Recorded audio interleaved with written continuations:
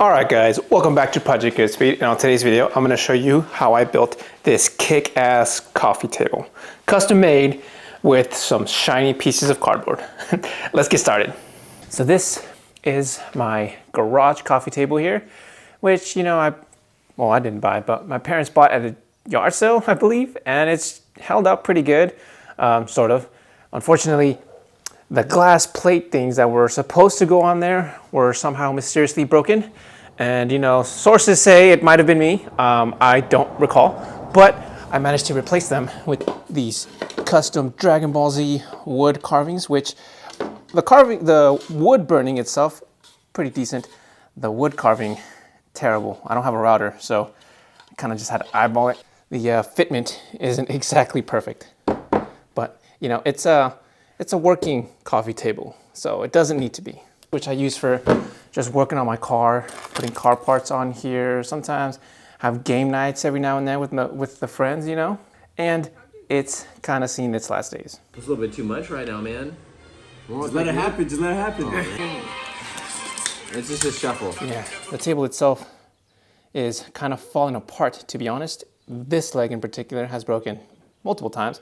It's actually split in half right down the middle here, and I tried to glue that back on, and this part also broke, and I could easily just replace that, but the overall look of this coffee table is kind of dated. I don't know why this area is raised up like that. It's annoying and not flat, and that is very annoying to me.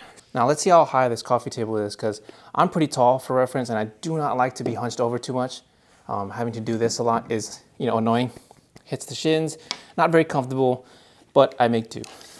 So this coffee table is 15¼ inches off of the ground. That's a little short, but I also don't want something that's ridiculously tall. 17 at the highest, maybe 18.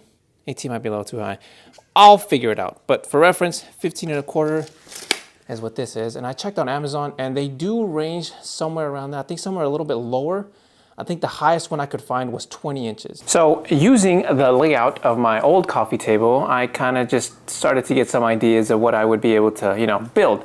And I thought it would also be a good idea to head over to the supply stores, Home Depot and Lowe's, to figure out, what kind of supplies I could use to build this thing. Because honestly, it's going to be a build it as you go kind of thing, And I quickly found out that the prices of woods and, parts are going to be really expensive. Kind of makes more sense to buy a coffee table now, given that everything is so expensive. I came to the conclusion that I wanted these legs to be really sturdy, and I found these really cool 3x3 pieces of wood. So I think these are probably going to be the best choice for me, and I think they'll look pretty decent. I had to come all the way back for another piece because my dumbass can't count to 3. 6 legs means I need 3 of these, not 2. Well, in my defense, I only found 2 good ones, so. But yeah, I wasn't even thinking about the 3. That is all the wood I'm going to be using. And it looks like a lot, but some of it is extra because I still haven't quite figured out what the layout's going to be. All right, so once I got the basic layout, at least in my head, of what I wanted the table to look like, I decided to buy a few pieces and figure out whether or not I would need them later. So once I decided to build this coffee table, I went through several stages of planning this stuff out. And as you can see, there was a lot of planning and failing going on. So the layout I came up with is I'm going to be using a kind of a Lego style piece, slots, notches and slots and glue and very little hardware. I wanted to keep the hardware down to a minimum, so it's going to be a lot of carving and a lot of woodwork that's going to be required. And I just decided to go ahead and start with the legs because most of the notches are going to be carved out from there. Okay, so this is what I'm going to be using for the legs, and it's just 3x3 pieces of oak, I believe, and I had initially wanted to use like full braces, but it turns out that these are actually kind of just glued individual pieces of, what is that, like ½ inch? I don't know what that is, but it's just glued together. Hopefully that was straight.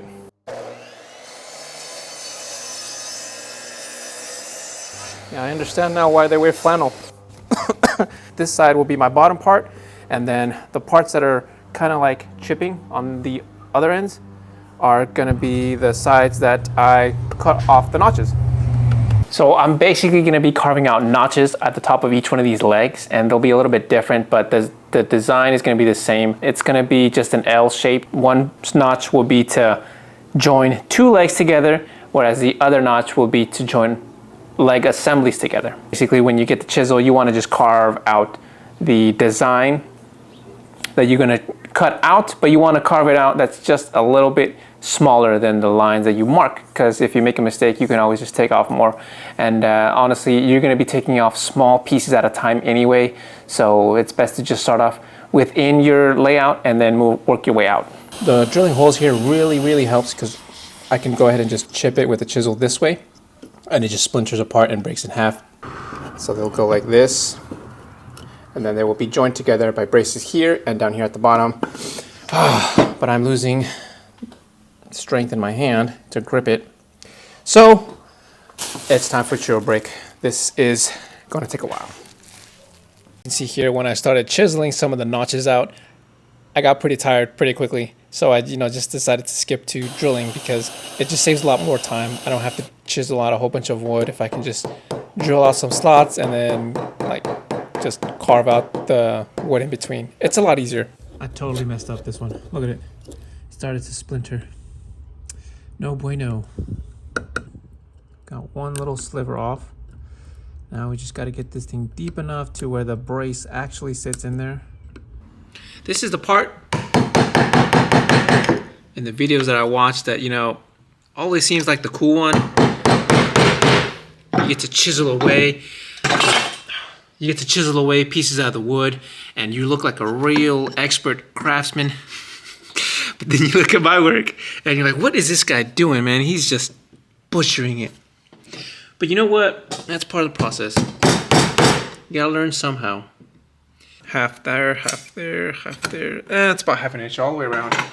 Which is, pretty good. I wanted at least half an inch depth in there so I can get the piece that's gonna brace both of these legs together at least deep enough to where it won't snap off with any weight.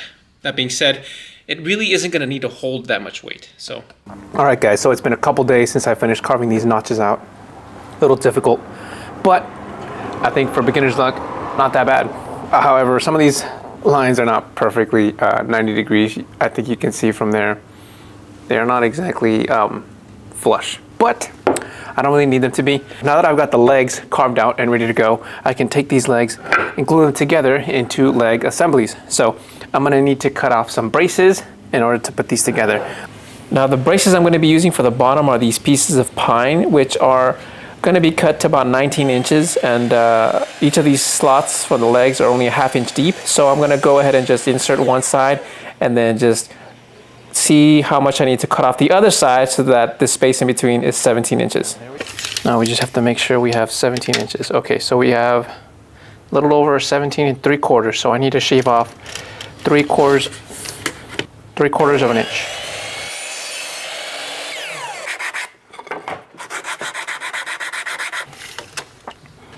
Hey, look at that. We got exactly 17 1/8.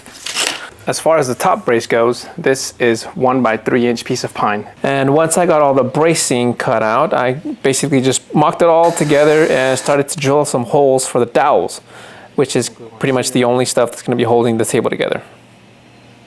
Dowels and glue, gotta love it. For the middle piece is a little different. You guys can see here. The end pieces have a brace that goes lengthwise between each leg, because it will act as a skirt. So you can see it, and I want it to look nice. Now for the middle ones, I don't really need that look, but I would like some aspect of that function to kind of stabilize the top. So I just carved off 2 small notches on the top so that I can add another brace in between. Now initially, I was gonna use this 3/4 inch piece of plywood here that I've had in the side of my garage for quite some time, and just because I wanted to make something out of it, this was giving me the idea for the coffee table. However, when I bought the legs, I spent way too much money on the entire project. The whole budget for the project was pretty much wasted on those legs. These things are very expensive, so when I blew the budget on the legs, I just decided to, splurge and buy a whole bunch of other stuff, which led me to this ginormous thing. This huge butcher block from Lowe's is, where are the measurements here? Right here. 4 feet by 25 inches by 1.5 inch. So it's really thick. Like I said, it's gonna be able to hold a lot of weight, and it's, I like the way it looks, really. This whole style of wood design would go great when I seal it in place. So this is expensive stuff. I think this was like 120, 130, something like that at Lowe's. So I'm gonna put this on top of those legs. These are the braces I'm going to be adding this way. So it'll be like a skirt. You guys can see this is a through and through, and then this one stops here. But basically it'll be just like a skirt that goes along the perimeter of the table. And we'll eventually fasten down to this butcher block here. But I needed these really long pieces to give me enough space to work with there. So after learning some of the mistakes I made on the other leg assembly, I've got a little bit more prep time now. So I've already pre-glued the surface areas on these slots so that some of the glue could get sucked up into those fibers. And now any glue that I do put on there will be used to kind of hold the braces in place. I've also cut out my dowels and I've measured them. So now I know the maximum depth that they need to go to. And more importantly, I labeled my braces, so now I know which way and orientation they gotta go. Let's go ahead and try this again, shall we? Just like that. Let's go set this to dry.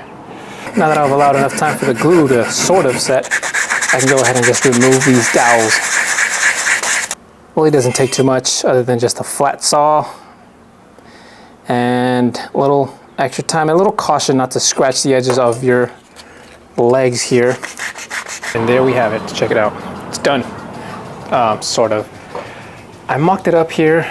I think I might have messed this up a little bit. Let me show you guys. This middle piece is a little different. I used a dowel here, which I might regret. I might actually use a screw later on in the future because I don't want it to just slide up. Let me show you guys my mistake here. So as you can see, this is how they're gonna look. Obviously some gap in between when I'm done, but check it out. This one is, the middle one didn't align quite properly. And if I align these two this way, this one's off. Now, obviously on this side, it's a little bit more pronounced, you know. Hopefully I can get away with this by just ignoring it. Stay tuned. These days are getting away from me, man. A lot of stuff to do, a lot of things planned. I have finished up mocking up the leg assemblies. I finished gluing them all up. They are all, oh damn, they're all set. And I also finished up cutting the lengthwise pieces.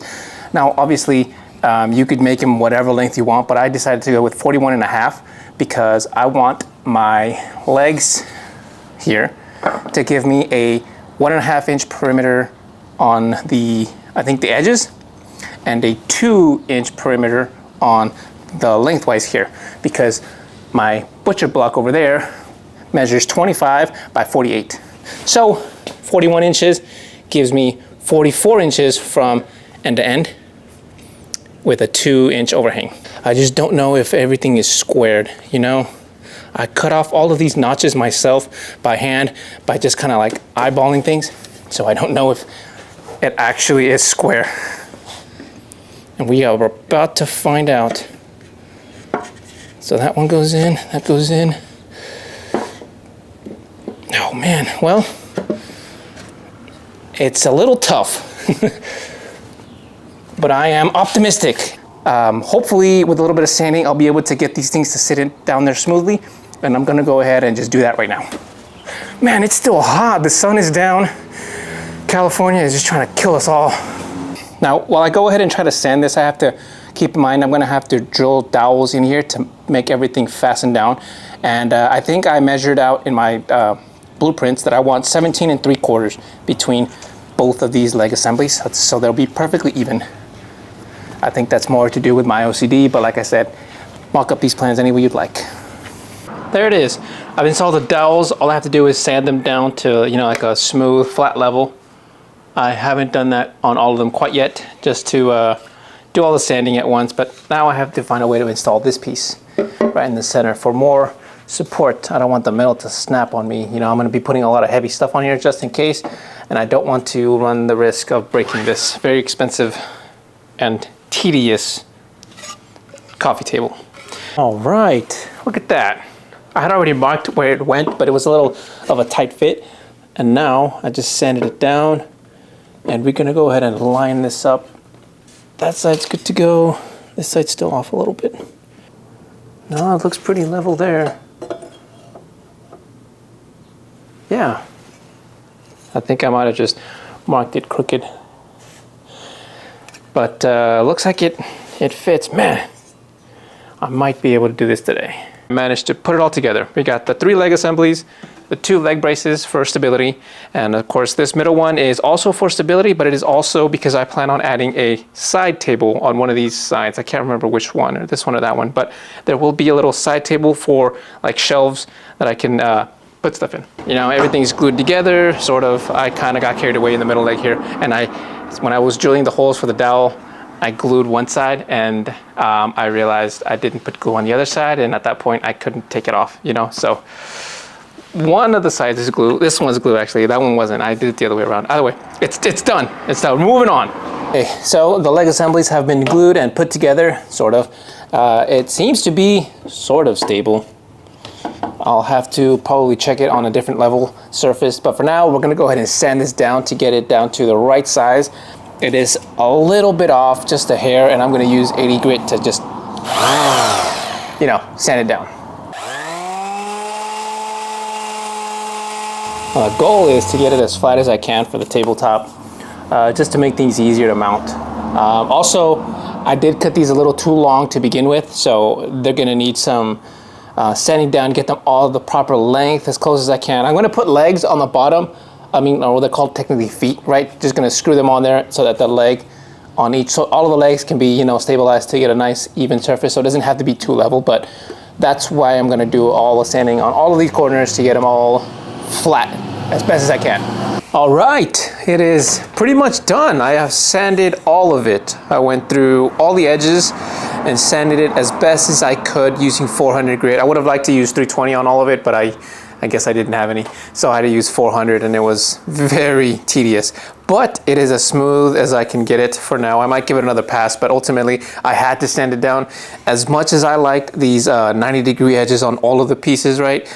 They are very prone to chipping. So if you accidentally stub on one side or whatever, and it is not blunted, you will chip the pieces off. So I had to, you know, get these grains on the edges to sand down a little bit. For the way I'm gonna fasten the tabletop, I'm gonna show you guys here what I'm gonna do. I'm basically gonna use a piece of metal. Right, this is the only metal that's going to be on here, and I'm going to cut it to the length of the inner gap here on the farthest edges, right? So one here and one on the other side. I'm going to just screw them down onto the tabletop like this. I already cut one off here, screw them down this way, and then fasten them in the middle to the tabletop, and that should keep it together. As you guys can see, I've already carved out the notches on this side, and it should be pretty accurate here. So I marked it out, and we're gonna go ahead and just start drilling some holes in here. I need 4 holes total, 2 for each of the legs, and then 2 in the middle so I can actually fasten the tabletop to it. And I've actually already done that to the other bracket, and we're gonna go ahead and just do it to this one, paint it, and let it sit, because I don't want the rust that could form on here just to drip down and just get all the wood here all dirty and stuff. So, but today we're gonna go ahead and install all the hardware, and I try to keep it down to a minimum. I'll be using 4 screws to fasten the brackets that I made. I painted white to avoid rust, 4 screws to attach the brackets to the base, and then 4 screws to attach the bracket to the tabletop here. And I'll just be using these threaded inserts to go ahead and make some slots for the screws, just to make them look nice. Cool.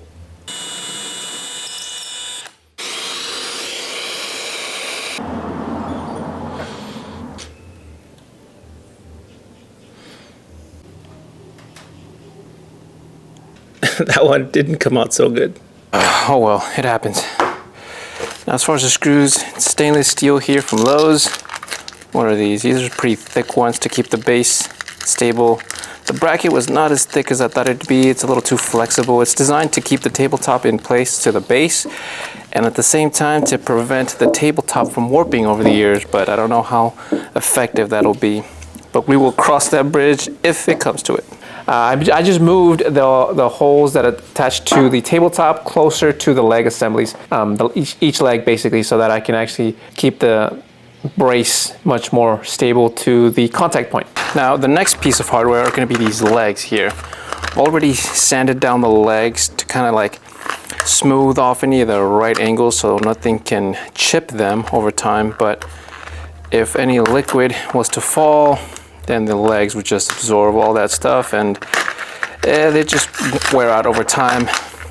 These should actually keep them off of the ground and make actually sliding the table across the surface a lot easier. So we're just gonna go ahead and install these threaded inserts. That's a huge, damn it, I gotta drill a lot. How could I have only ordered 4 legs? I've got 6 to, great. I'll just, drill the holes now while I order some more legs on Amazon. It's simple math.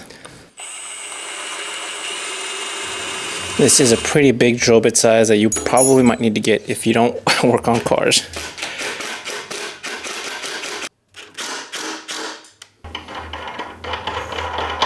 Oh, now that I have built the base, I have fastened down the tabletop and I'm waiting for the other pair of legs here. I'm gonna go ahead and move on to building a shelf because I do want this coffee table to have some storage options as well as a few other key features that I will reveal later on. But for now, we're gonna have to go ahead and cut out the notches because I want the shelf to kind of like extend farther out instead of just being like a square rectangle that goes in there and you just throw stuff. I kind of want it to push out a little bit. So I have to go ahead and measure the thickness and length between each of these gaps apart and cut them off on the corners so that they can, fit into the slot nicely.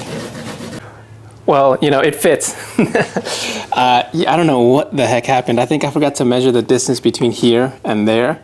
And I just measured the gap in between damn, it's so hot in here.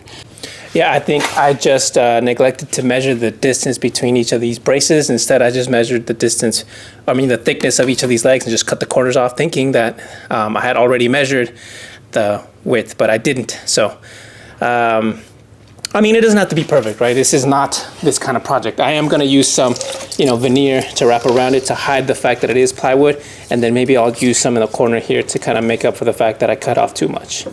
Either way though, I'm just gonna fasten it down here and that's gonna be good enough for me. I wish I had a third clamp, but these two aren't even mine. I had to borrow these. So there it is. The shelf has been cut. It's not perfect, but it's fine. It's fine. It's just a tiny little shelf just to store stuff. It doesn't really have to be perfect. You can see the gaps here a little too much. I can try to position it so that the gap is similar and minimal all the way around, but again, not really worried about that. If I'm being honest, I got carried away and I was so anxious to being done that I really messed that up when I could have easily avoided it.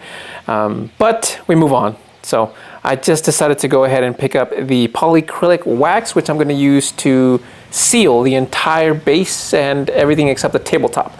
Plus, since this is a working table, I want to keep any oil or any other chemicals that I might accidentally spill, or if my friends get careless and drop drinks on the floor, I don't want that to ruin or stain my coffee table. So I just applied one layer of the polyacrylic, and I probably should have done a second one with a much finer sand in between, but I only did one coat, and then when I sanded it down using, I think it was 400 or 600 grit sandpaper, I liked the way it looked, and I thought it was good enough, so I just moved on. And we're gonna move on to the butcher block tabletop, because I got a little surprise for that. This is the surprise that I have for the tabletop. I'm going to actually just seal it in resin using this kit from Lowe's. And it's because I like the way the wood looks, to be honest. I could stain it, I could do all sorts of things. I even thought about, burning another design on here like I did with my previous coffee table. I print on Dragon Ball Z artwork or Pokemon artwork or Yu-Gi-Oh artwork, whatever other anime artwork I wanted to do, I could just do that. But my idea was, instead of using, my wood burning kit to burn a design on there, which would take a lot of time, I would go ahead and use artwork that has already been made. These are my cards that I used to collect as a kid. But, as a grown-up now, I don't really get much time to enjoy them. So I thought I would take some of these cards, like the especially cool looking ones, and actually just seal them into the coffee table.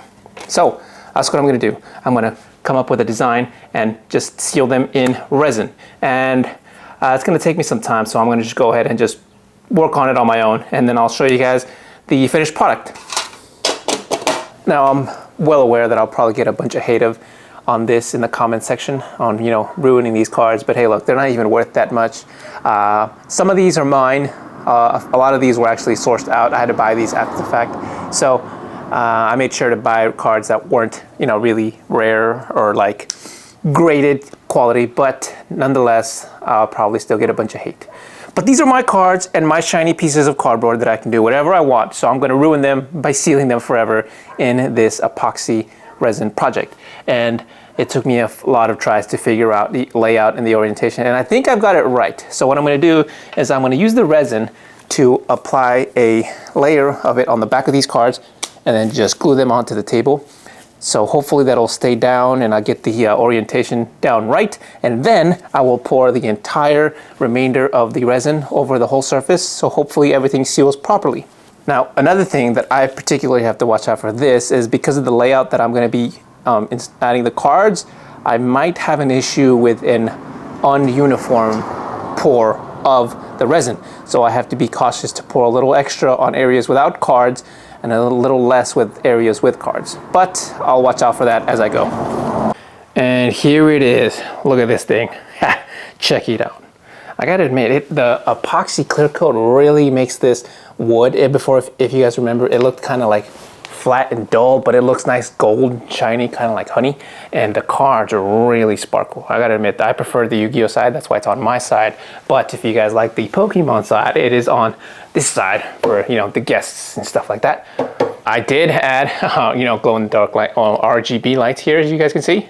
I actually added a whole, you know, power hub right here in the middle. So if I ever had to, you know, plug in stuff, because obviously the table is not in a good location to getting power. All the outlets are on the wall. So I had to draw from somewhere. Now the RGB lights that I use are basically pretty straightforward. They're straight from Govee, and I actually bought a pair of them for, I got them by a deal a few months back. I went a little overboard and I added one on my TV. So now they actually match. I can actually change them and have them go off to the sound of the music. Obviously, what is this? That is not the one I played. So this is the final result. It actually came together pretty well. I gotta admit, I am pretty happy with it. I did mention that this is gonna be a work table, so the quality is just gonna go downhill from here. It's gonna get scratched up and worked on because, you know, this is a car garage and it's not gonna be, you know, just a look piece. It's gonna be a functional one. I do wanna mention I did make a couple mistakes. Now, one of the first mistakes that I actually made was the resin itself. If I'm being honest, I did too much waste. So basically, when I was gonna go ahead and put the cards on here, I poured a bunch of the resin onto a bucket and started to pour. However, I poured too much and the reaction got carried away and it got super hot. I needed to like get gloves for this thing because I was nervous. So I just got gloves and I tossed it outside and I wasted about 2 quarts. Oh man. Yeah, this thing is a brick. This shit started smoking. I poured way too much in here. But now I know. 1 quart, I'm not sure, it was a lot, but I had enough to probably do a second layer on it, which I probably should have, but I wasn't sure if I had enough for a second pour, so I just didn't even try.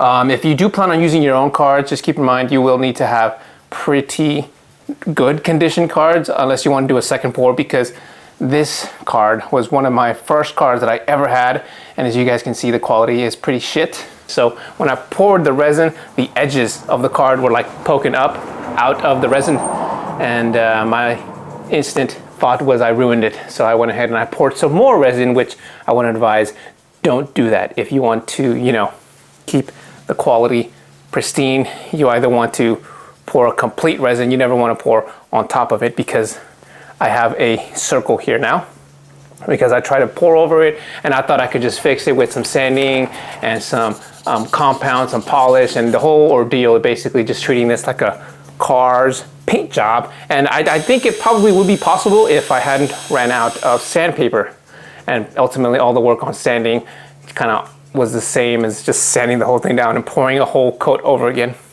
because sandpaper is expensive and the resin was like 40 bucks. And each one of those sandpapers kits are like 12 bucks, and I had to buy, you know, 400 600, 800, 1,000, whatever the case may be. It's just not worth it. Just sand the whole thing down, pour it over again, and if you, obviously only if you make mistakes. That kind of bummed me out, but like I said, this is going to be a work piece, so it didn't need to be perfect. Another thing I want to mention is because I poured it in my garage without putting a mold, I don't know if you guys can see, the sides don't look all that great. I would recommend you getting a brush, unless you want to do a mold, but again, that costs more money. You have to make the mold, you have to be prepared for it to not come out of the mold, and then there's a whole ordeal of that, and I really didn't want to go through all that, so I just took a brush, painted it lightly, all the edges, and then I poured over it because most of the resin isn't going to adhere to this area if you just pour it over. You will have enough on the top, but the sides are going to be a little scarce. Oh, another thing, there are, as you guys can see, a bunch of bubbles under the butcher block, which I could sand down, but again, not very concerned. I just cut them off with a razor blade and they're leveled enough. So another thing is dust.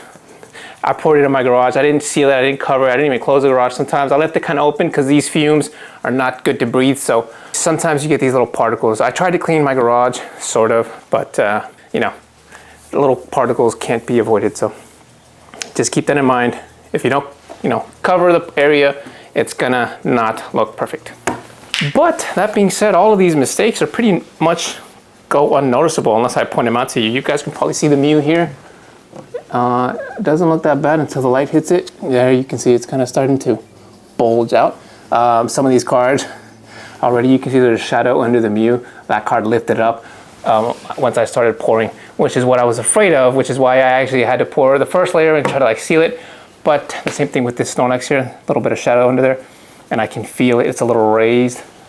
But it is a work piece, and even if it gets worse with all the scratches and stuff, I can always just sand it down and add another layer a few years from now whenever it gets so bad, On to the frame part, right? I think it came out pretty well. I only managed to do one layer of the polyacrylic. I probably should have done a second one, but once I sanded down the first layer, I think it came out pretty decent. I was afraid that it might change the color of the wood too much, or it might be a little too glossy. I wanted only this part to be glossy, not the frame, which I think it came out pretty decent. I do have an ottoman over there because it does help with storage. And it's an extra seat. So, whenever the boys come around or whenever I feel like working on this area, I don't have to, find another seat. It's always one available here. And the shelf really comes in handy for, games or whatever I may feel like putting on there. I also added the Govee lights, right? As you can see here, the Govee app is very helpful and pretty easy to navigate. You can just turn it on manually with your phone. Should pop up. There we go. And I actually linked it to the one with my TV because it was a 2-for-1 kind of deal on Amazon. I'll post all that stuff in the description below. Everything I use will be in the description below for reference. I also installed that outlet there, which is where the Govee lights actually connect, and had to run a really long extension cord to the wall because the table is in a weird position and there's really nowhere for me to get power. So might as well just add an extension cord there so I can just plug in my laptop and my other accessories. I'm gonna be honest, I wasn't too sure about the location for that cord. I had to move it because I wanted the ottoman to fit right under there. And I actually nailed the fitment on that pretty well. I have to tape this up. I don't want this hanging.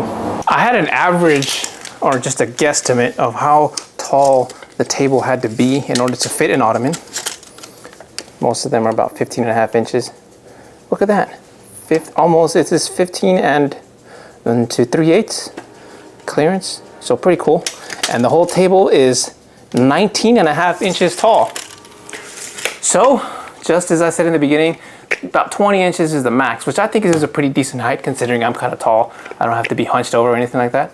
One of the more obvious mistakes you'll be able to see is right here. These dowels, I tried to drill perfectly on there, but I think this is probably one of the first tries, and the drill kind of lifted up the fibers on the edge and, well, didn't come out pretty decent. And I probably could have, poured some glue and, put some sawdust on there. Probably would have fixed it, but